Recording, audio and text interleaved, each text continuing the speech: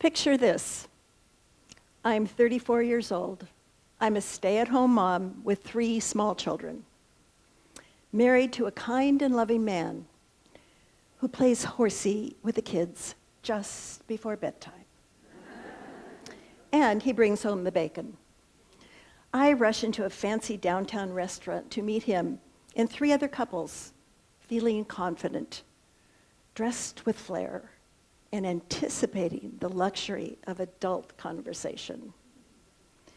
Seated on my right, in a blue blazer, is a handsome man who pours me some wine and says, "I don't think we've met. What do you do?" I look him in the eye, I look around the room, I look down at my napkin before I say as cheerfully as I can, "I'm a housewife." At that, he turns and reaches for the breadbasket while introducing himself to the person on his other side. I wanted to say, "Hey, I'm still an interesting person." But inside, I was quite frankly feeling I'm nobody. But I used to be somebody. This was not the life I had signed up for. A career was in my future. I had not been expecting to mirror my mother's life. My parents had provided a wonderful childhood for me and my older brother.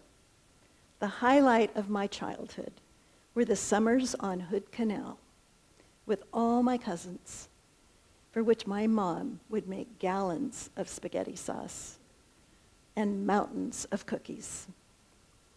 My mom was a true homemaker, besides cooking all my dad's favorite Norwegian foods and entertaining all the time. She made all my clothes, and including matching dress coats for my brother and me. Oh yes, I have to say too, I played house, and I did love my dolls.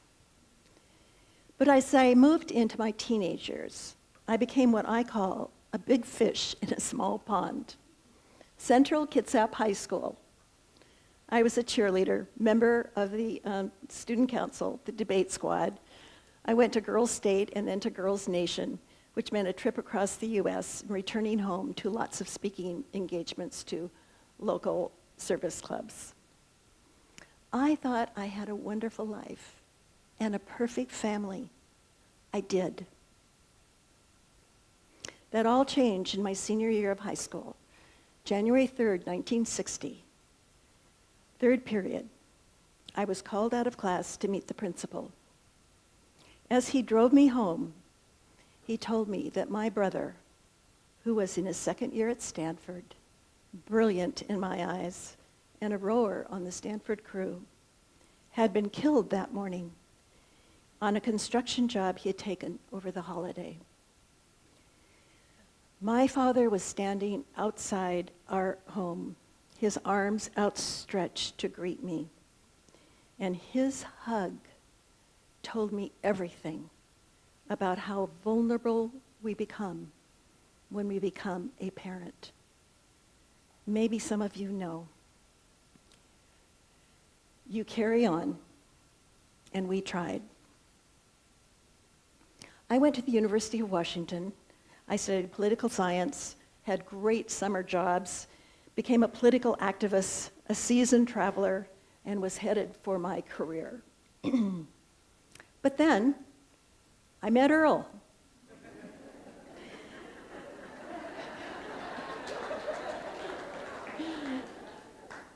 Before I knew it, at age 26, I was engaged and pregnant. Or maybe it was the other way around. I loved Earl and this new adventure. We bought a teeny tiny house in Seattle. I painted all the walls colors you would not believe. I had never really cooked, but I could read a cookbook. I managed to buy a Goodwill crib, changing table, and dresser, all of which I painted a bright red. When we came home from the birth of our first daughter, Kimberly, my mom and dad were there, and my sweet mom stayed with us for a week. She sheltered me from too many visitors and phone calls while she cuddled her new grandchild and smiled at me in her new relationship with her career girl daughter, now mother. 2 weeks later, a day after our big Thanksgiving dinner at my family home, my mother died in a car accident. I went numb. My grieving dad continued to work as a judge in Kitsap County, but spent all the time he possibly could with us, as in quick succession, we had Jennifer and then Heidi. We had 3 little girls under the age of 3. I missed my mom.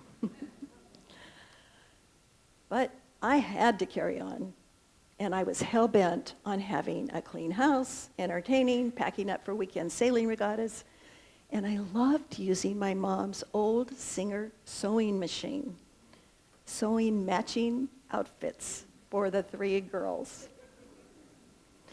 I actually looked like a very happy person, but I have to say, I was pretending.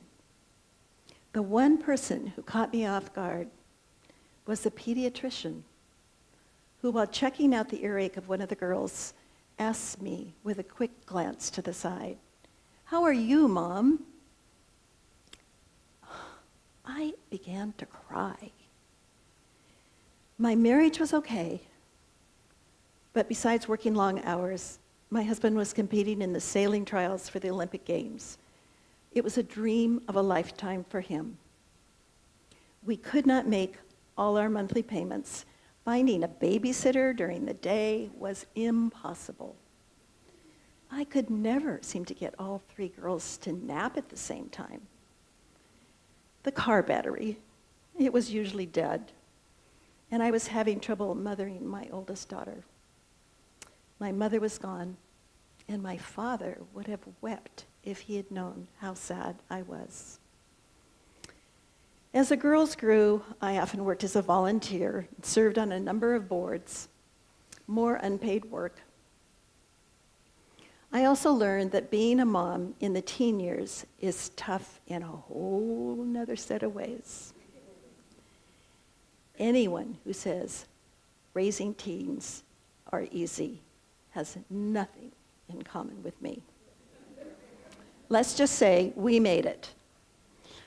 And as we said goodbye to each daughter 1 year after the other, Earl and I began to enjoy travel. And my pleasure in sewing evolved into the arts of weaving and surface design. But guess what? Parenting never really ends.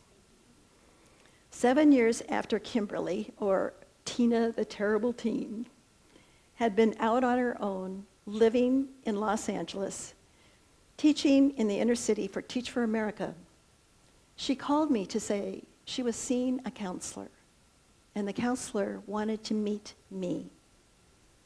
Of course, I said yes. The counselor asked me about my charmed childhood. Was it possible I was loved conditionally?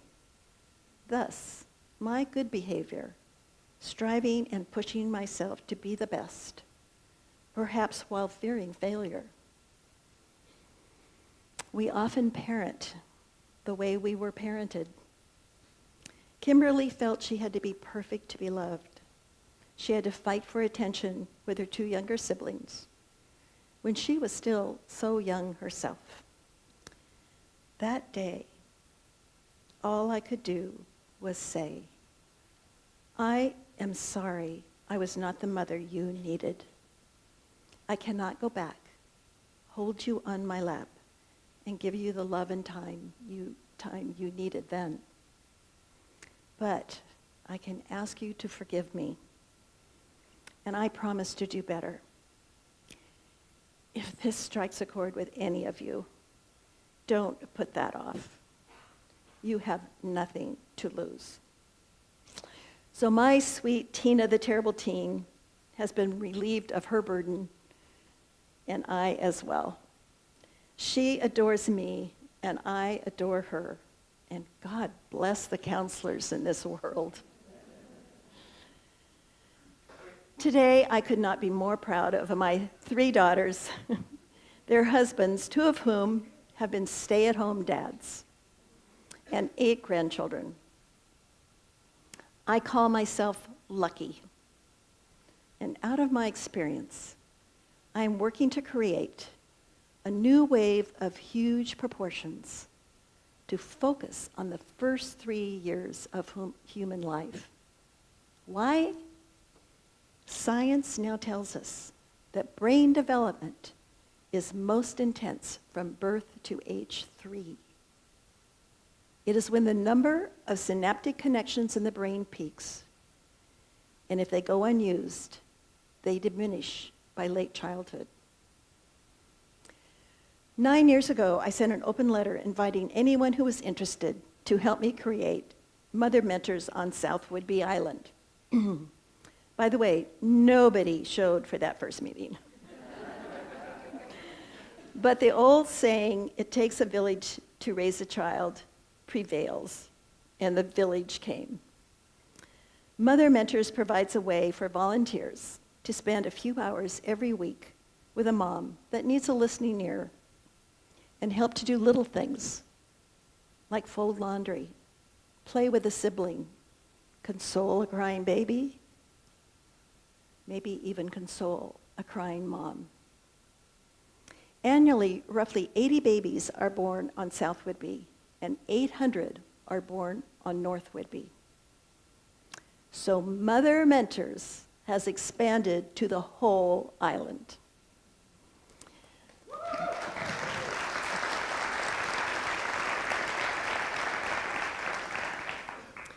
Mother Mentors also provides both North and South a terrific meeting place for parents and caregivers to bring their young ones for play and interaction. It is known as Playscape. Remember that dinner party I started with?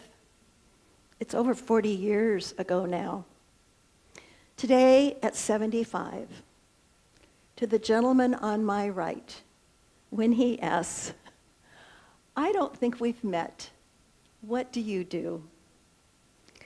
I slowly and seriously say, "Do you want to know from 6 a.m. to midnight or midnight to 6 a.m.? I would continue. I work in brain development, motor skills, and basic human needs. It is complex, demanding, sometimes explosive, without breaks, sometimes without sleep.